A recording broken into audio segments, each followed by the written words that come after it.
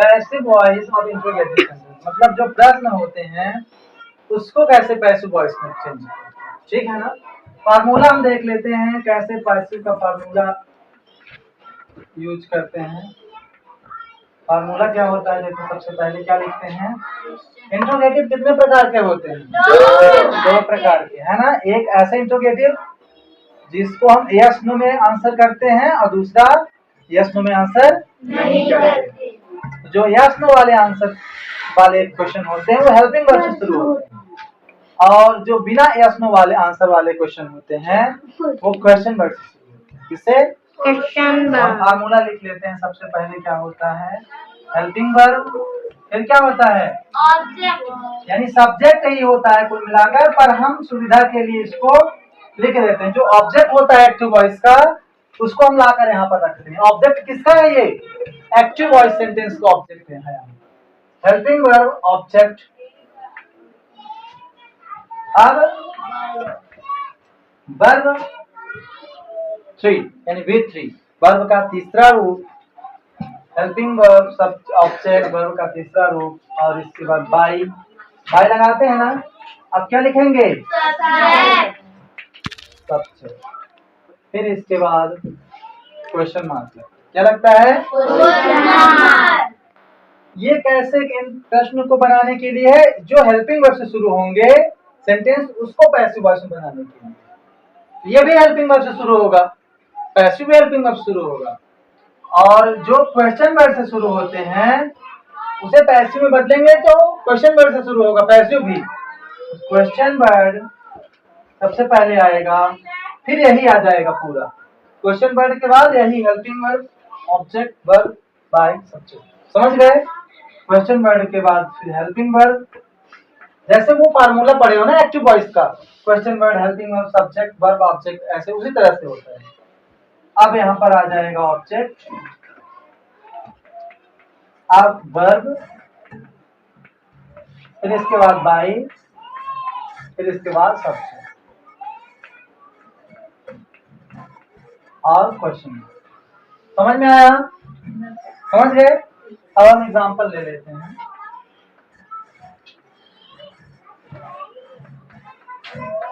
जैसे हमने लिखा, ये क्वेश्चन है कि नहीं है, does Ajay speak English well, किस टेंस में है,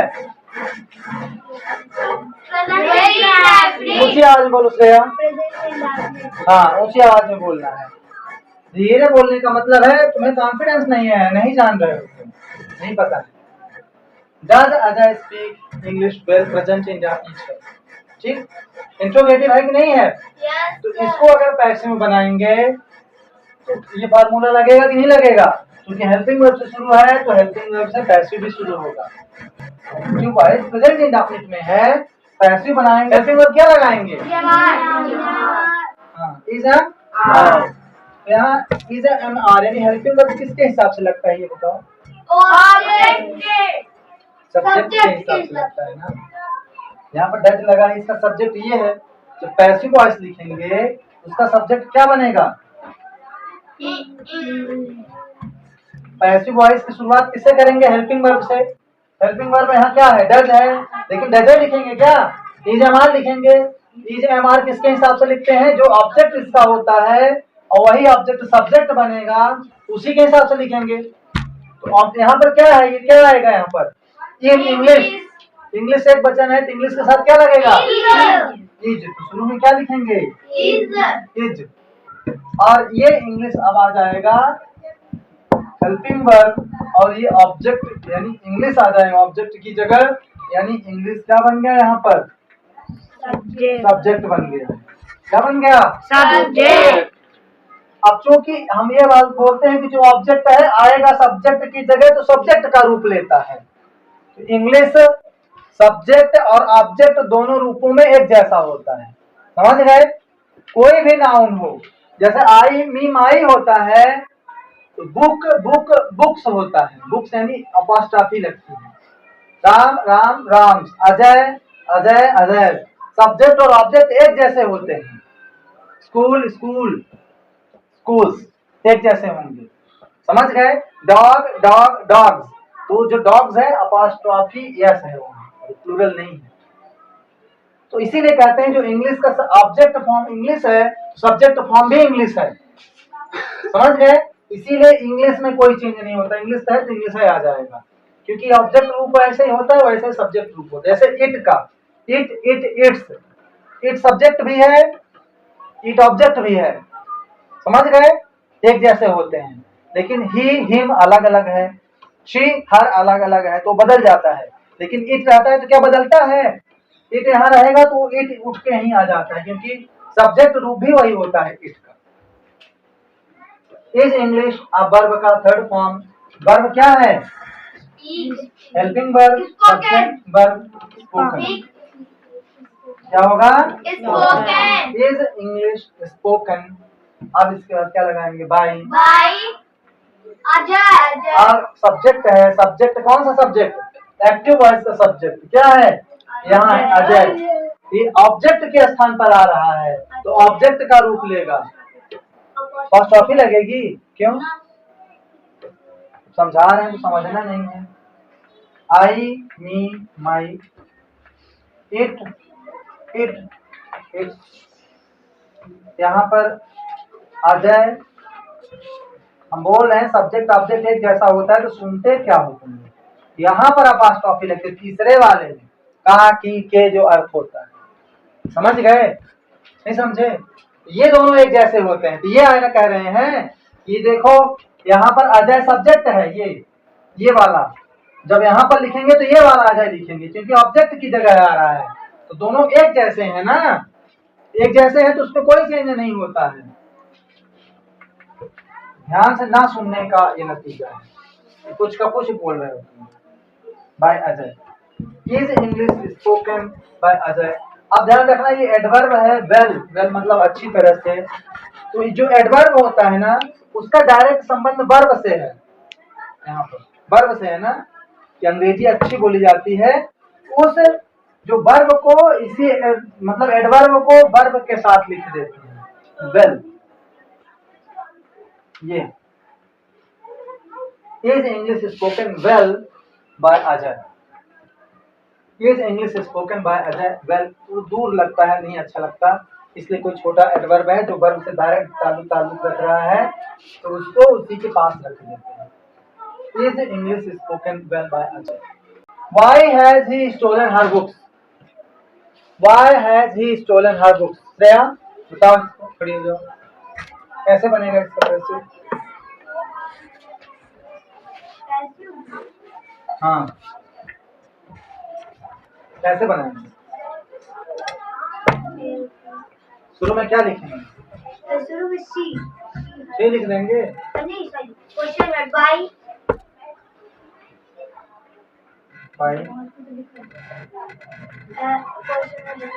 has been क्या लगेगा? हेल्पिंग वर्ब लगाते किसके साथ में? सब्जेक्ट क्या है भाई इसका सब्जेक्ट कहाँ है? शी है। इसमें इसका अर्थ निकालो पहले, तो इसका ऑब्जेक्ट ढूंढो, वही ना सब्जेक्ट बनेगा। सुनो, सब्जेक्ट इसका ढूंढना है, जो इसका ऑब्जेक्ट होगा वही सब्जेक्ट होगा।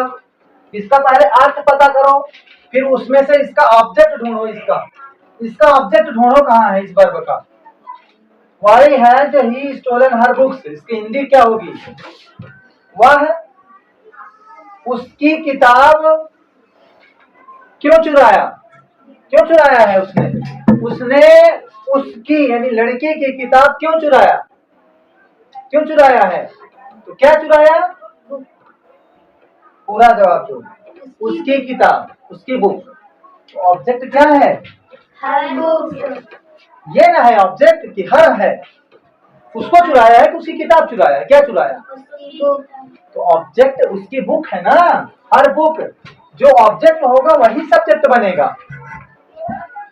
तो इसमें हर बुक अगर हर अकेले होता तो उसको सब्जेक्ट बनाते तो शी हो जाता। वो समझ गए? क्या होता? शी। लेकिन ये अकेले नहीं है, बुक में है, बुक के साथ है, तो उसमें कोई चेंज नहीं होगा। उसमें कोई चेंज नहीं होता है। अब हर बुक से इसका ऑब्जेक्ट है, वही सब्जेक्ट बनेगा। वही क्या बनेगा? सब्जेक्ट। सब्जेक्ट के हिसाब से हेल्पिंग वर्ब लगती है, तो क्या हेल्पिंग वर्ब लगेगी? Have been. हर बुक्स बहुवचन है ना, तो क्या लगेगा? Have been. क्या लगेगा? Have been. क्या लगेगा? Question word, helping verb. अब ये ऑब्जेक्ट जो था यहाँ पर वो यहाँ आ गया, सब्जेक्ट बन जाएगा। ऑब्जेक्ट की जगह क्या लिख देंगे? हर बुक्स होगा। Why have been her books. अब क्या लिखेंगे? क्या है वर्ब का थर्ड फॉर्म? स्टोलन का थर्ड फॉर्म क्या होगा? ये कौन सा फॉर्म है? ये कौन सा फॉर्म है वर्ब का? कैसे पता चला? हैज लगा है और थर्ड फॉर्म यानी प्रेजेंट परफेक्ट है, उसमें थर्ड फॉर्म ही लगता है। यहाँ क्या होगा गौरव? उसका सही बना है कि नहीं वर्षा? सही है। शिवम सही है। ये why have been her books stolen अभी घट रहा है कुछ ना? बाय अब क्या लिखेंगे यहाँ पर? सब्जेक्ट। सब्जेक्ट कहाँ पाओगे? सब्जेक्ट क्या है इसका? ही चला जाएगा वहाँ, तो ही का हिम क्या होगा? हिम। और क्वेश्चन मार्क। अब सही है? आकाश, नीलेश, नीतीश सही है। सृष्टि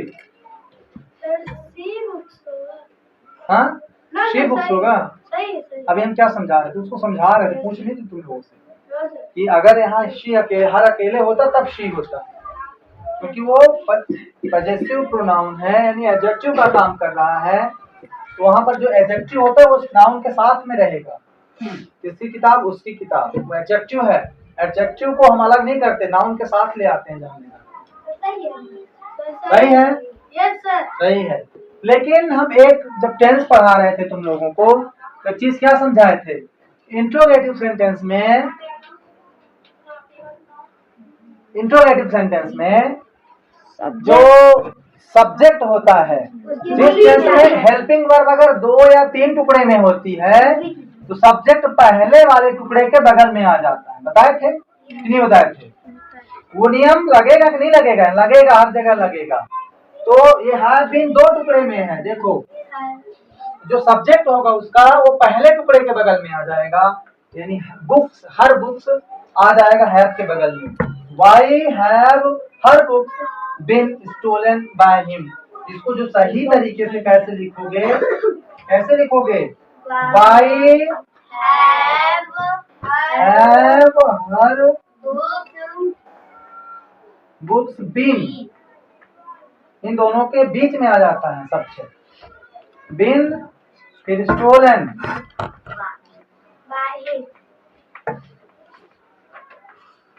bye him. By what are you doing. हमको इसको बनाना है तो सबसे पहले क्या लिखते हैं? इंट्रोगेटिव होना, क्वेश्चन वर्ड लिखेंगे। चलो हम क्वेश्चन वर्ड लिख देते हैं व्हाट। फिर क्या लिखेंगे? हेल्पिंग वर्ब किसके हिसाब से लगता है? ये ऑब्जेक्ट। इसका ऑब्जेक्ट क्या है? कुछ नहीं। ऑब्जेक्ट ढूंढा जाता है, पहले इसका ऑब्जेक्ट ढूंढो। ऑब्जेक्ट ढूंढने के लिए क्या करते हैं? ये वर्ब है करना। अब करना के साथ क्या का सवाल करते हैं? क्या क्या कर रहे हो? मिला कुछ उत्तर? क्या कर रहे हो? पढ़ रहा हूँ या खेल रहा हूँ, ठीक है ना, लिख रहा हूँ। उस क्या को यानी जो क्या का उत्तर होता वो नहीं है, वो हटाकर यहाँ पर क्या बना दिया गया। ऑब्जेक्ट क्या है? व्हाट है, वही ऑब्जेक्ट सब्जेक्ट बनेगा। वही ऑब्जेक्ट क्या बनेगा? सब्जेक्ट। मतलब इस पैसिव वॉइस का अगर हम सब्जेक्ट ढूंढे क्या है, इस पैसिव वॉइस का सब्जेक्ट है व्हाट। क्या है? व्हाट। और क्वेश्चन वर्ड क्या है? व्हाट। तो हम उसको शुरू में ही लिखेंगे, यहाँ ऑब्जेक्ट की जगह नहीं लिखेंगे, क्योंकि क्वेश्चन वर्ड का भी काम करवाना है हमें उससे। अगर कोई शब्द सब्जेक्ट का भी काम करे और क्वेश्चन वर्ड का भी काम करे तो हम उसको कहाँ रखते हैं? क्वेश्चन वर्ड की जगह पर रखेंगे। ठीक। व्हाट अब हेल्पिंग वर्ब लगाएंगे कहाँ है हेल्पिंग वर्ब, क्या लगेगा? इज एम आर ही हेल्पिंग वर्ब लगेगा, इज एम आर। व्हाट एक वचन होता है, व्हाट एक वचन मानते हैं, व्हाट सब क्या लगेगा? इज। व्हाट इज, अब ऑब्जेक्ट लिखना नहीं है क्योंकि ऑब्जेक्ट यही है, सब्जेक्ट बन गया। अब इसकी जगह पर हटाओ, अब ये लिखो वर्ब थ्री। वर्ब थ्री क्या है? डूइंग, डूइंग का done, do did done. What is done, अब इसके बाद बाई लगाएंगे और सब्जेक्ट लिखेंगे बाई। और सब्जेक्ट कहाँ पाएंगे, इसका सब्जेक्ट क्या है? What are you, you subject है। यू को सब यहाँ लिख देंगे ऑब्जेक्ट फॉर्म में। यू का ऑब्जेक्ट क्या होता है? यू योर, बीच वाला यानी यू ऑब्जेक्ट है, यू ही होगा। बन गया क्वेश्चन मार्क। लेकिन इसमें एक अभी कमी है, कमी है कि कंटिन्यूअस का सेंटेंस है। अगर कंटिन्यूअस का सेंटेंस होता है तो उसमें बीइंग में लगाते हैं, B E I N G, third form होती है वर्ब की, उसके तुरंत पहले लगाते हैं। तो यहाँ पर B E I N G, what is being done by you.